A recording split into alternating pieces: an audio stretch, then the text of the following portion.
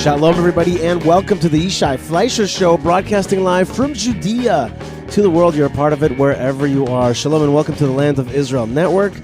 And shalom, and welcome to my study, my little workroom here in Judea, overlooking the mountains of the Maccabees. That's right. This is where many of the battles of the Maccabees took place, here close by in Beit Sur. This is where Judah Maccabee held out against the Syrian Greeks. This is also where Elazar, one of the Maccabees, fell when he thought that he was attacking one of either the king or the Seleucid king, or maybe one of the generals, and the elephant fell on top of him, as the story goes. So I'm looking right now at these mountains and thinking about the Maccabees, and I'm thinking about you as we are in this incredible holiday called Hanukkah. Now, I'm recording the show a little bit early. This is today. It's only Monday, and it's the first day still of the first candle of Hanukkah.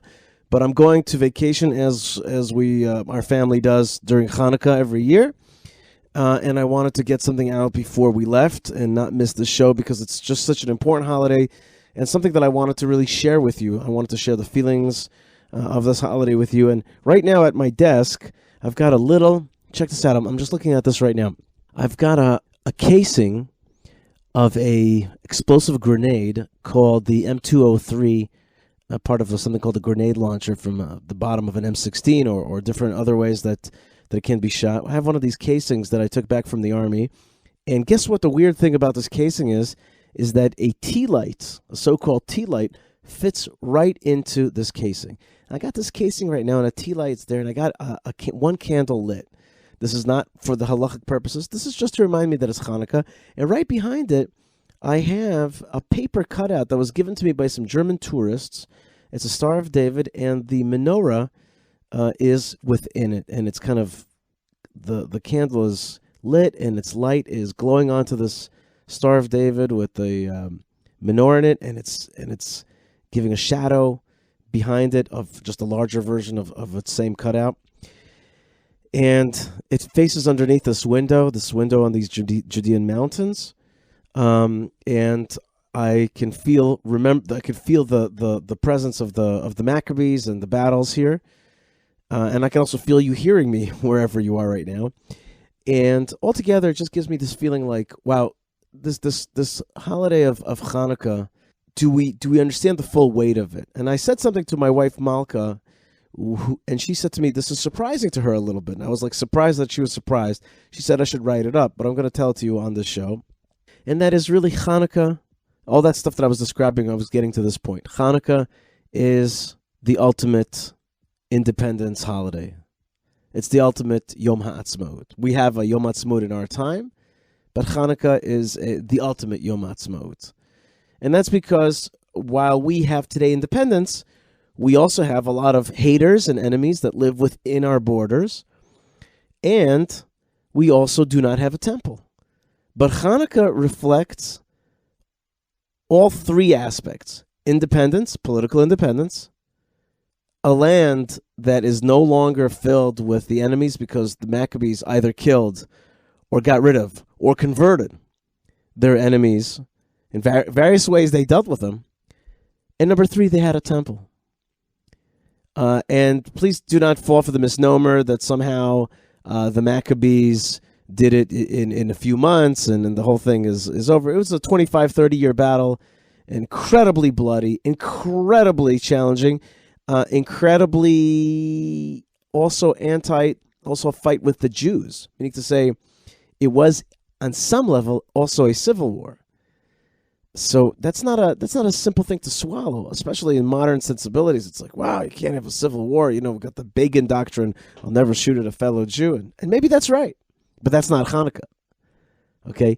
And just yesterday, I was touring in Hebron, a very, very so-called liberal group. And I say so-called because I don't think that self-identifying liberals are oftentimes as liberal as they may think, because their ideology is oftentimes quite illiberal to the rest of us, right? The Jews or the Israelis. In any case, so this guy says to me, a professor type, he goes, I can't go into the tombs of the patriarchs and matriarchs. There's blood that's been spilled on top of the head of Abraham. And he was referring to the Goldstein massacre. And I said, that happened 25 years ago. He goes, still, it's disgusting, it's bloody, and that's not Judaism. I go, not Judaism? What about King David? What about the Exodus from Egypt? And I kept listing him things, and I'm like, do you want to tell me that you can't deal with a Judaism that is bloody? You might as well turn in your card, buddy. You might as well give up being a tribe member. And he had some clever and yet incorrect answer to give me. But in any case, Hanukkah, my point is not exactly an embrace of brothers. An embrace of some brothers, and then a challenge to some other brothers. And so too, the Torah portions that we're dealing with right now are also a hard look into the Jewish family and to the tension within the Jewish family. And we're talking about here within the righteous 12 brothers. And the sages and the Kabbalists have all kinds of ways of dealing with this, which I respect very much. In many ways, the Kabbalists want to say a lot of this was done against their own will. For example, Yehuda turning towards Tamar and having relations with her as though she's a harlot. It's the Kabbalists are like, he didn't even want to do it, but the angel just pushed him to it. And if you read the text carefully, there are little clues like that. For example, it says, the road pushed him towards her. Or when it says about Joseph, God could have made it that Joseph never saw his brothers because his brothers had gone to a different town. And the text goes out of its way to tell you somebody told him the way. As in, there's an angel who told him how to go there. So that what? So that the whole narrative that God wanted to happen is going to happen, which is the exile. God wanted the exile. Did we deserve the punishment of exile? That's not clear. What is clear is that God said to Abraham, your children are going to be strangers in the land of Egypt, and they're going to come out after 400 years, and I want that to happen. I want that to take place.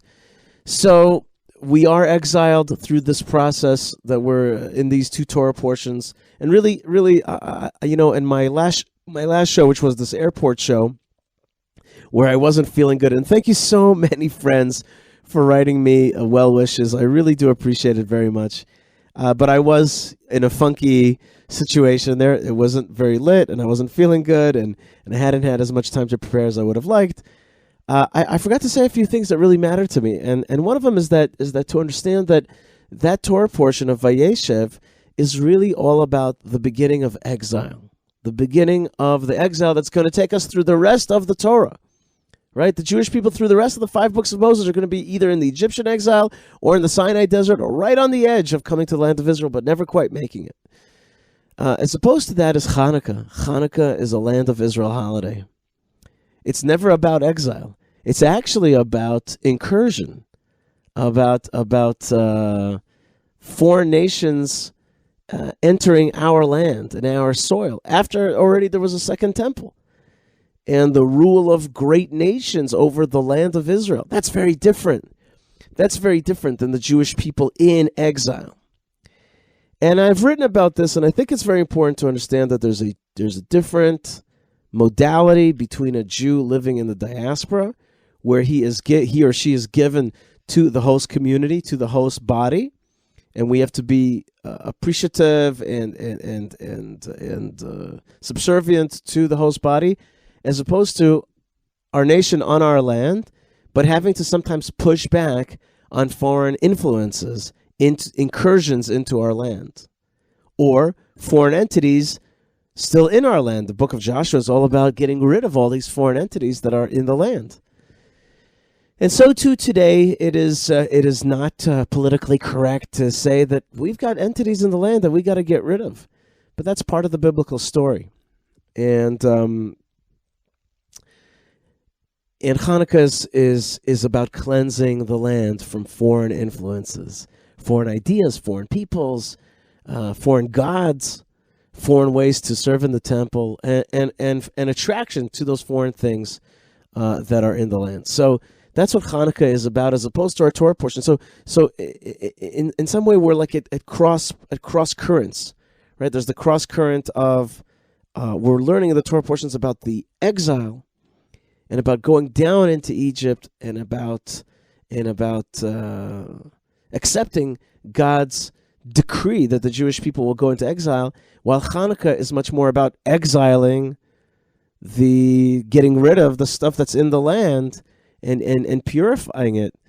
On the other hand, there is something that brings it together, and that is the story of the challenge of intra-Jewish fighting, intra-Jewish tensions, and also the question of, when we're in the exile, how much can we accept from the foreign, from the host body? How much of their culture and milieu can we accept upon ourselves? And so too in our land. Are we supposed to be completely rejectionist of all foreign influences? That's not quite clear. That's what the Maccabees were about, but later on they were unable to hold that line. The Jewish people were unable to hold that line. And there's always a question, are we supposed to somehow engage?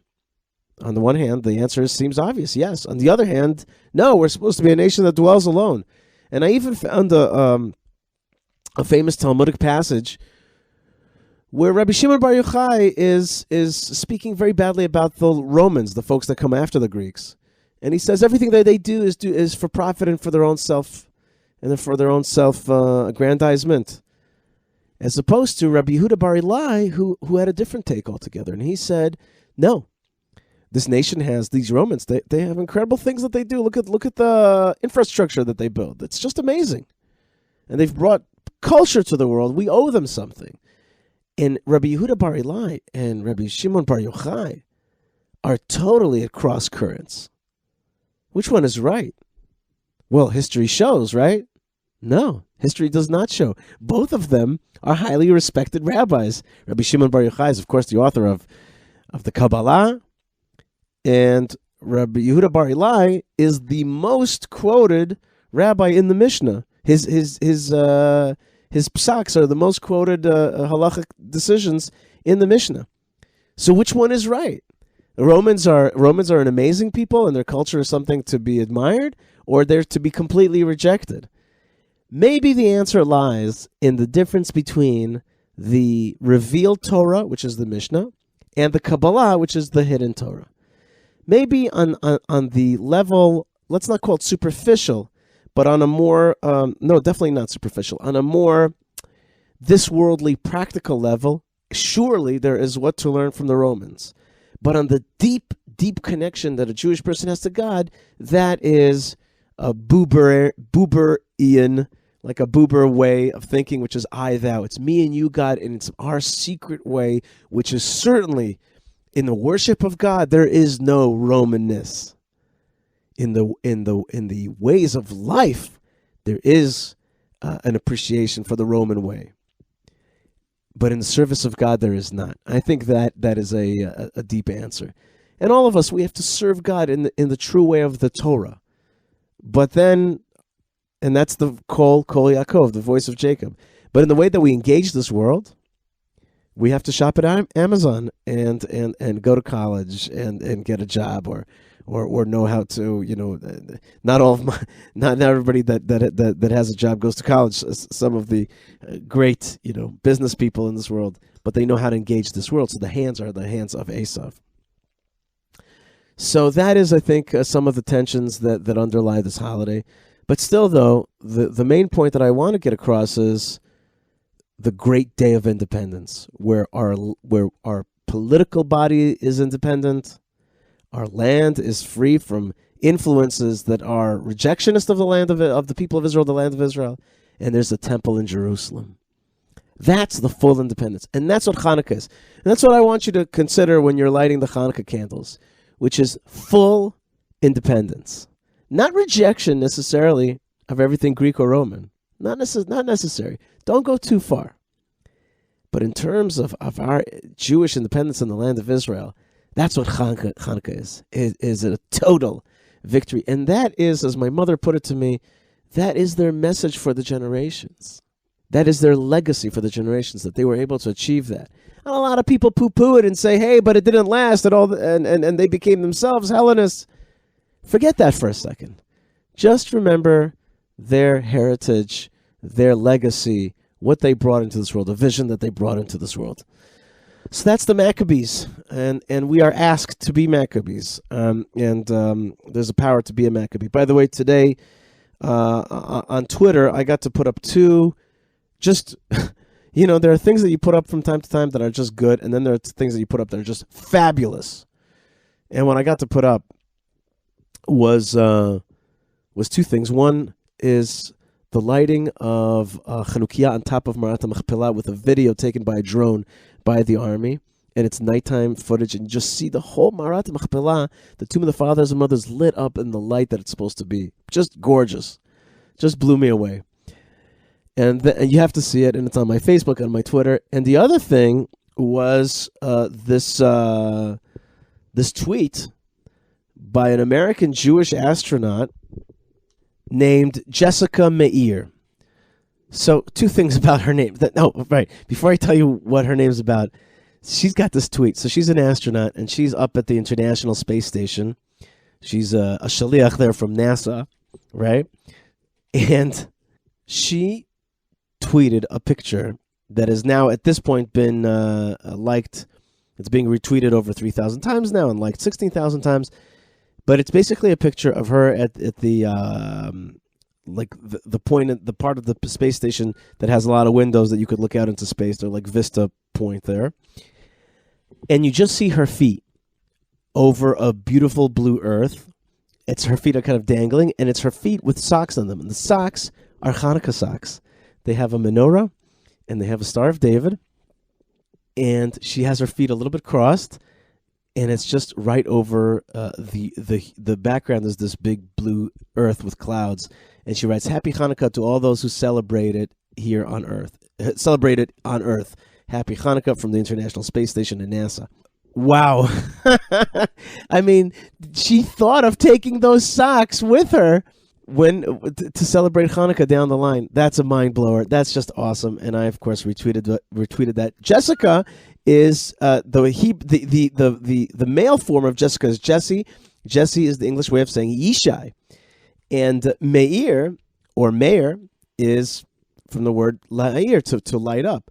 So she is lighting the light of Yishai, and Yishai, of course, is the father of King David. So this is a messianic thing. Meir is light, Jesse's Yishai, and the light of Yishai, not Yishai Fleisher, but the light of Mashiach is being lit up here, and that is just awesome. We salute you, Jessica Meir.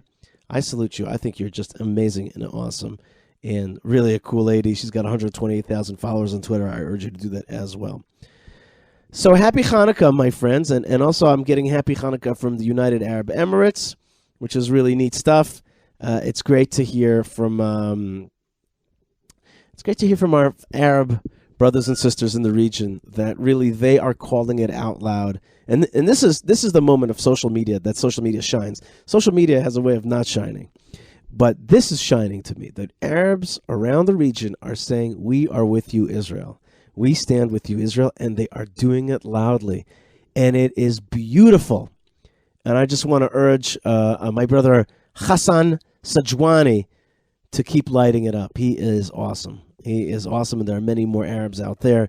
He's from the United Arab Emirates. He's a businessman, and he's just doing amazing stuff by just sending that message out there. And that's powerful to me, that this region is uniting.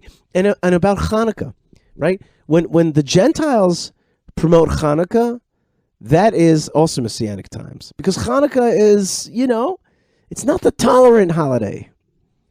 There's an element of it which is like it says, when you celebrate Hanukkah, you're actually saying the real Jewish people, be strong, stand up, and hold on to your Jerusalem. And the fact that some folks that are not into that way of thinking love Hanukkah is mysterious. Maybe that's the aspect of the holiday of lights, and maybe it's kind of relationship in time to the Christmas season, whatever it is. But it is a mystery to me how people who are kind of post-Zionist, anti-Zionist, and all that are Hanukkah lovers. Do they somehow blind themselves to what the real meaning of Hanukkah is. Whatever, maybe it's their Jewish soul is lit up, by this thing, and we should see it positively. Maybe there's one more amazing connection between Hanukkah and the story of Joseph that I want to talk about, and that is that Pharaoh has, in this week's Torah portion, Pharaoh has the famous dreams, Pharaoh's dreams, right? And Pharaoh sees, the healthy cows, and they're eaten by sickly cows, and he sees the healthy grains eaten by sickly grains, and the number 7 is mentioned there, and Joseph is able to interpret them. And Joseph, he's what is he? He's something of dreams. I forgot the name, the proper name for Joseph. He's the king of dreams. Right, so Joseph, king of dreams. That's right. So this Joseph, king of dreams, he's able to interpret this dream and then become the viceroy because he's very gifted. I have a different take on Pharaoh's dream.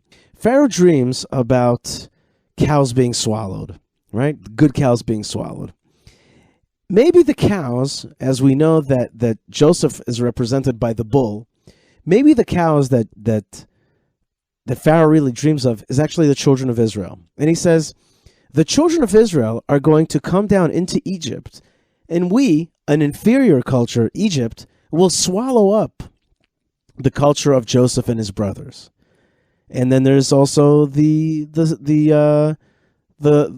corn, the husks, which is also, we know that's Joseph, because Joseph had a dream that the other bundles of grain bow down to him. So again, here's grain, and you see the bad grain's going to eat the good grain. In other words, Joseph, you've come down into Egypt, and your brothers are going to come down to Egypt. The Jewish people will, and we will swallow you guys up. We will destroy you. We will be superior. We will consume you. We will assimilate you into our system. The minute that Joseph explains these dreams, guess what Pharaoh does? He changes his name, Tzafnat Paneach. He gives him new clothing and an Egyptian look and an Egyptian wife, right? So basically, Pharaoh's like, okay, let me begin fulfilling the prophecy, which is I'm going to swallow you up. But Joseph keeps his internal identity. Yes, he's got this other name, but he remembers who he is. Ani Yosef, he'll say later on. And the wife, which is one of the most powerful things to assimilate a person, out of the Jewish family line, well, the Medrash says that she's actually the product of the rape of Dinah in Shechem, where it was Joseph's kind of soul is really bound to the place where he's really from. And she's actually been sent down to Egypt through a wild way, but she's actually his kin, his family. And he indeed marries, shall we say, a Jewish girl, or a girl from his tribe, from his family. And so all the efforts of Pharaoh to swallow up the identity of Joseph is for naught. He makes him an important citizen in Egypt, but still, though, he always eats separately from the rest of the Egyptians. Somehow it's remembered that he's not of them. And so that will to swallow up the Jewish people in Egypt never happens. And so too, the land of Israel, today it's obvious that it's a separate entity from the Arab countries around us. But back then, 2,000 years ago, it was provinces. This was part of the Greek world. And then there was, it was Alexander's domain, and the generals were fighting over it. But it wasn't supposed to be the separate kind of Jewish state, maybe a province of Judea. And yet the Maccabees fought for that special Jewish identity. And Jewish identity is so important, and so much erodes today that unique identity. And it's oftentimes from folks who claim that they're fighting for human rights, civil rights, social justice. But in the end, their effect is, and they say this is the name of Judaism, what I call #MyJudaism. But in their effect is to try to undermine authentic Judaism, the story of Judaism, the goal of Judaism. That does not mean that we're supposed to be not socially just, but it means that we do have our own ethnic separate identity. And again, in cooperation with the rest of mankind, in cooperation with the other nations around us, in part of the Middle East, in part of a globalized world, absolutely. But internally, deeply inside, our relationship to God has to be our special way. Our special way. I'm very, very excited about this tension between Rabbi Shimon Bar Yochai and Rabbi Yehuda Bar Ilai. That tension, because I myself always felt that had I been in that room and they were talking about the Romans, then I would have easily been on the camp of Rabbi Yehuda Bar Ilai and been like, wait a minute, the roads and libraries and aqueducts and, and what have the Romans ever given us? Well, it's safe to walk the streets at night, etc. I would have been on Rabbi Yehuda Bar Ilai's side, and I kind of didn't know the second part, which was Rabbi Yehuda Bar Ilai is incredibly respected. I always thought Rabbi Shimon was right, and he was right for generations. So was there something wrong with me? No. There's nothing wrong with that way of thinking. It's just understand where the parameters are, where we have to have great relations with the world, with America, with our regional counterparts, with the UAE, with Saudi Arabia, etc., with the whole world, with the Mediterranean basin, trade, globalization, which I think is fantastic for Israel. Right, and that maybe it's the difference also between globalization and globalism. Have you heard about this difference?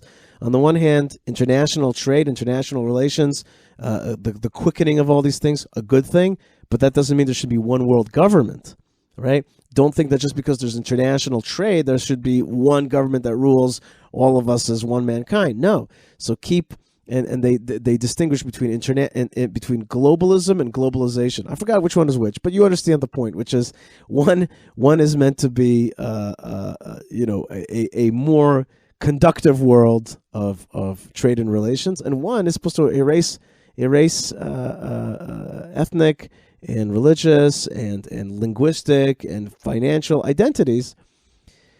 Which is really not the way to go. So keep up the nationalism, but that does not mean give up internationalism.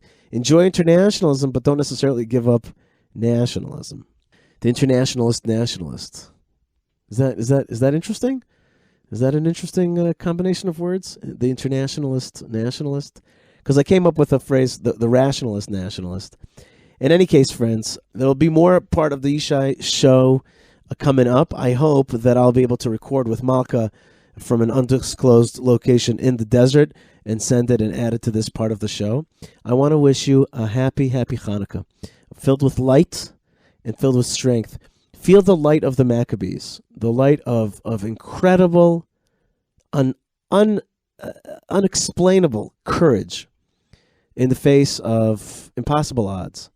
That is really the miracle of Hanukkah.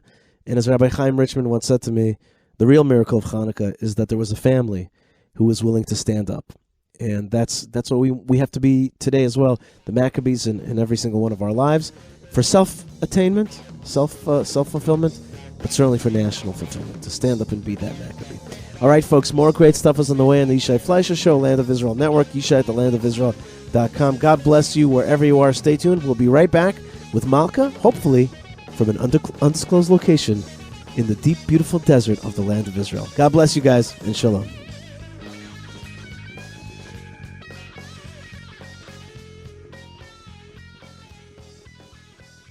Hello, I'm Gil Hoffman, host of Inside Israel Today, here on the Land of Israel Network on thelandofisrael.com. Israelis are voting for the third time in under a year, and they're celebrating Hanukkah, where there was just enough oil that was supposed to last one day that lasted 8. Do Israelis have enough energy to last for 8 elections? Find out by listening to Inside Israel Today on the Land of Israel Network on thelandofisrael.com.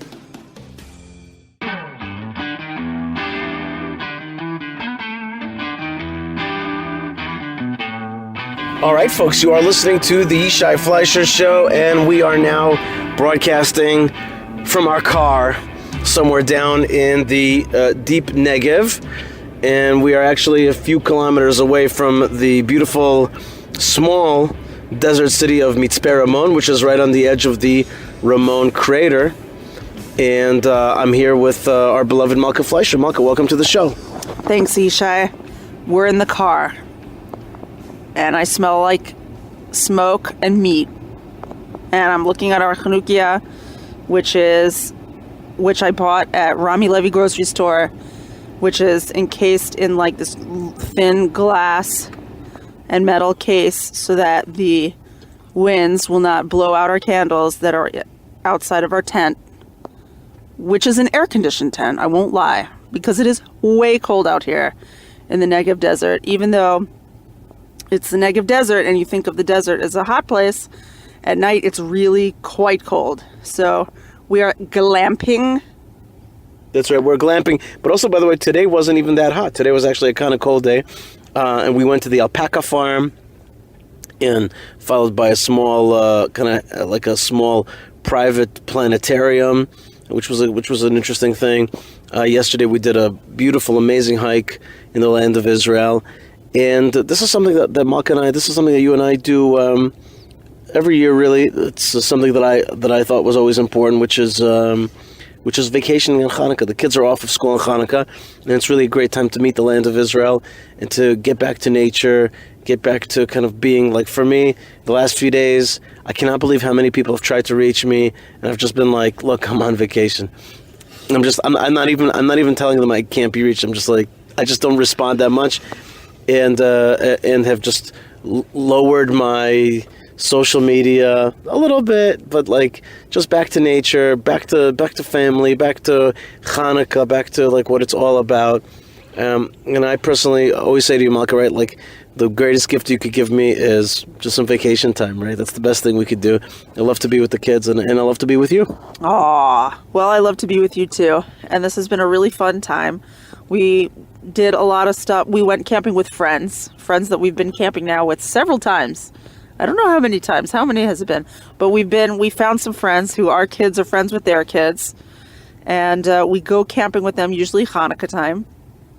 And we went on like an amazing hike where the only downside was that we kind of misjudged a certain part of what they say in Hebrew is the maslul, a certain part of the route of the camping, and then we were forced to wade through what we'll call hip-deep water, which was extremely cold, and kids had to be carried on backs of grown-ups, and there was a lot of general screaming. Yeah. Our 4-year-old almost got hypothermia, I think. Yeah, I would like to just say that Lamaze breathing is good for a lot of things, not just birthing. That's right. I would like to say to the Lamaze people, thank you that I did a lot of the on my way through the water. Yeah. I was like, that was me. I was like, that was pretty close. That's not the. I was like, that was the man version of birthing, I guess. Yeah, it was very intense, and very memorable. And yeah, Yishai, you did a good job feeding the alpacas today. They seemed to really like you and relate to you. Yeah, I felt a certain kinship. If you stick your teeth out, in the bottom teeth, you look like a kind of friendly alpaca. And they spit at you. They spit at our friend Baruch. That's considered good luck.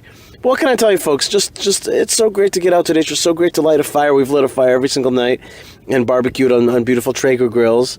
And really, right now in the car, because the kids are making a lot of noise in the tent, and we're just looking from the car to the to those 4 Hanukkah candles and the shamash, and they're just so Malkah, that encasing is so brilliant. It really does not allow the wind to break through. $79.90 at Rami Levy grocery store. All right, so that's like what, like $25, $30, whatever, and it's a beautiful encasing. Last year's broke, so you bought a new one. But that's what's awesome, because it's $79.90 shekels, right?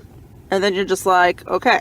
And then I bought a new one. That's right. It's such a good deal. We're a little bit... And it turns out that the other people around me also were aware of this deal or something similar, because a lot of the people camping around us are also religious, and they also brought their glass-encased Hanukkah wisely because it's windy and chilly out here. That's right. And everyone's lights are twinkling nicely. Most of our neighbors here are indeed observant Jews, but not all. The tent right next to ours is a non-observant family. Malkah, you invited them yesterday to light the Hanukkah. I noticed that they did not bring their own Hanukkah, and so therefore they're not fulfilling the mitzvah of lighting the Hanukkah candles, which is a shame, because it's such a wonderful mitzvah, such an easy one, which really is not taxing and gives so much to the kids. I'm always like thinking to myself, like, why aren't you lighting? This isn't even so, how should we say, it's not heavily orthodox, it's light. Maybe they just don't think it's important. Maybe they don't see why they should do it. Maybe they think it's a nice thing, but they don't understand why they should be doing it every single day. Right. And that's part of really that's really part of when you're observant. So the commandments take on a kind of mystical and demanding element that you can't kind of second guess and you can't play around with. But that also gives regularity and structure and something that happens automatically, and it's just there, and you don't have to think about it. So ironically, having something forced upon you also relieves you of considering, do it or not do it. Right. You just do it, and then hard about some right, stuff. and then you just enjoy it because you did it anyway. I mean, the Hanukkah candles are one of those things that I think is just a pleasure to do anyway. That's what I'm saying. It's like an easy one. It's like, but you see what happens when it's just a cultural thing and it's just reshut. Like you can choose to do it or not do it. Anyway, but what was interesting? But our neighbors, they were super happy to come to our candle lighting. That's right. And we went all the way through Maoz Tzur. I don't know about you guys, but I went through just one verse of Maoz Tzur all the way growing up every year. And even that, we were like, wow, we're so hardcore. We're singing a whole verse of Maoz Tzur. But there's more. How many verses are there? Do you remember? I guess 5 or 6. There's a bunch. And they were just like, okay. But then I gave their kids gelt. Because I have gelt will travel. That's right. And that's my gelt. When you marry a Hungarian woman, the way to get rid of the service of God through guilt is through the Hanukkah mitzvah of gelt. When you give the gelt, it offsets the guilt, Malkah. Great job. Right. Yeah, I love jokes at my expense. I like jokes at my expense. Well, that's one of the major cultural differences between us. And that's kibbutz galiyot. That's right. That's the So our engagement. kids are only mediumly upset about jokes at their expense. So Yeah. we're breeding that away. Which direction? In any case, so this is just a little short discussion, and I'm sure there's important politics and issues to discuss right now. No. There's ICC, and there's Hebron stuff. There's all kinds of stuff out there, but you know what? It's like, oh, I just yawned. You just yawned. I just yawned. It's like 8:30. No, it's not. I think it's like 9. It's 9:32, Malkah. It's 9:32 in the car in the Negev, and it's just a pleasure to be with you, everybody. And it's Chag Sameach, Chagurim Sameach. When you're here in the Negev with the Jewish people, you just have a lot more confidence. We saw hundreds and hundreds of student groups in that canyon that we were hiking in, and they look good. And you just say to yourself, Am Yisrael Chai. And I think if you have to boil the whole Hanukkah down, it's really Am Yisrael Chai. I mean, you could boil all the holidays to that. But I mean, I like what you're saying. I like what you're saying. But it's not exactly about Am Yisrael Chai. It's like, it's not enough. The story of Hanukkah was actually that it's not enough that Am Yisrael Chai. I mean, Am Yisrael was super high during the time of the Greeks' cultural expansion out into our area, and they were chai v'kayam. They were doing just fine, and some people saw it as an advancement. Maybe maybe it's good for us. And the Maccabees were like, that is not enough. To be chai is not the goal. The goal is not to chai. The goal is to do something more than that, and to mean something more than that, and to be who we are. I agree with everything you're saying, and I actually foresaw that you would say this. Did you? Yes. You foresaw it. In my mind's eye, in my third eye. That's right. I foresaw it in my sixth sense, whatever it was called, or in just my logical reasoning. And so I parry by saying, for sure you're right. You're totally right. But what I meant was really is that Am Yisrael has a mission. When I say Am Yisrael Chai, like the Yisrael part, it's not an Am that's Chai. It's Yisrael, a nation that's meant to be a light to the world through its Torah, through its name has the name of God in it. El. It's a very, very mission. Without that, it's not Am Yisrael Chai. Right. It's Am somebody else Chai. It's Am, I don't know, Jacob and Chai, or Am, Shemi Chai, of the Semites. No. We're talking about the Yisrael thing, the real thing, the deep thing of Am Yisrael Chai. That's what I'm talking about. What it's really all about. Well, I appreciate what you're saying. Yes. Did you foresee that I would foresee that? Yes. I mean, I would not. No. Oh. But I'm not surprised that you would parry as it were, to use the word that you used. I just, our secular next door neighbors at the camping ground, they're lovely people, and they're definitely chai. You should see the way that they like eat a beautiful meal, and they're together, and they're, I just saw one of the abbas like so meticulously brushing the teeth of one of the little girls, and they're very nice, and they're very polite, and they're very Israeli. But they don't know what Hanukkah is. Speaking of social media, Yishai, you go through social media and you see that like there are these like Jews who put the like BDS on the dreidel. Yeah. They like put a B, a D, an S, and a heart on the four sides of the thing.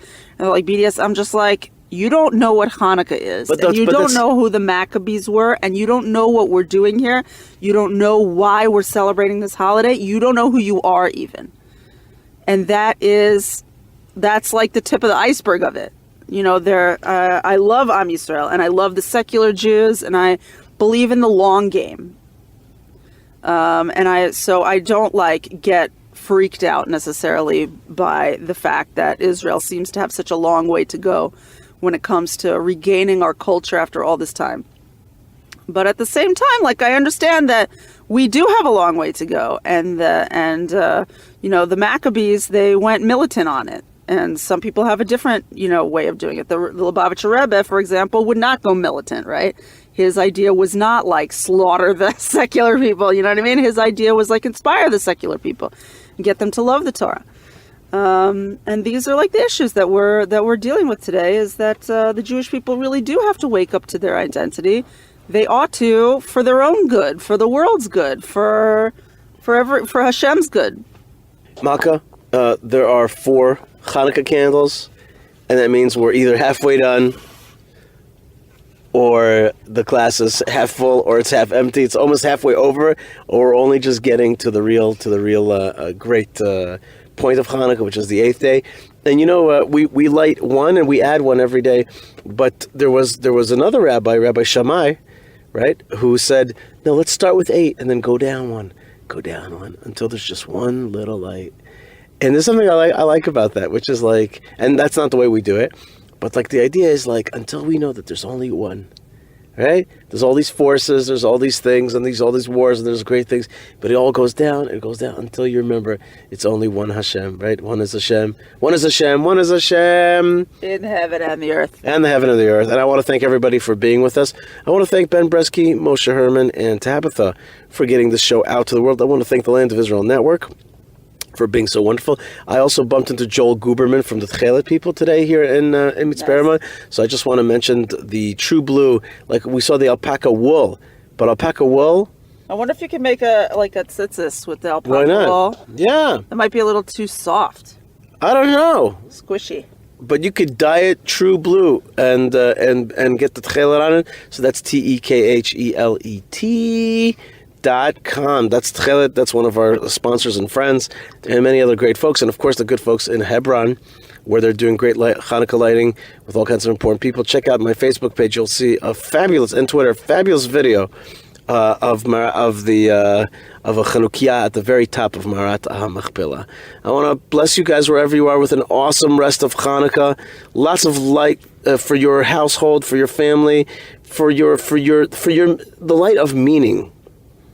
It's really that's I think that's, we're always dancing around it, but at the end it's like the Hanukkah candles are there.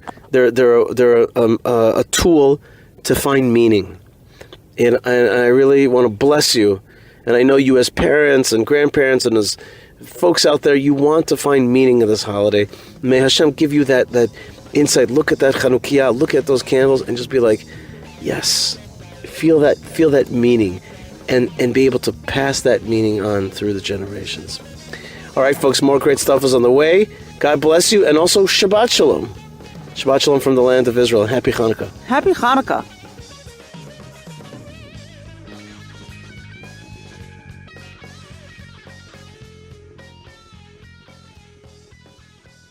Josh Haston here, host of Israel Uncensored on the Land of Israel Network at thelandofisrael.com. Check out my special Hanukkah interview with Eugene Kontorovich. head of the International Law Department at the Kohelet Policy Forum.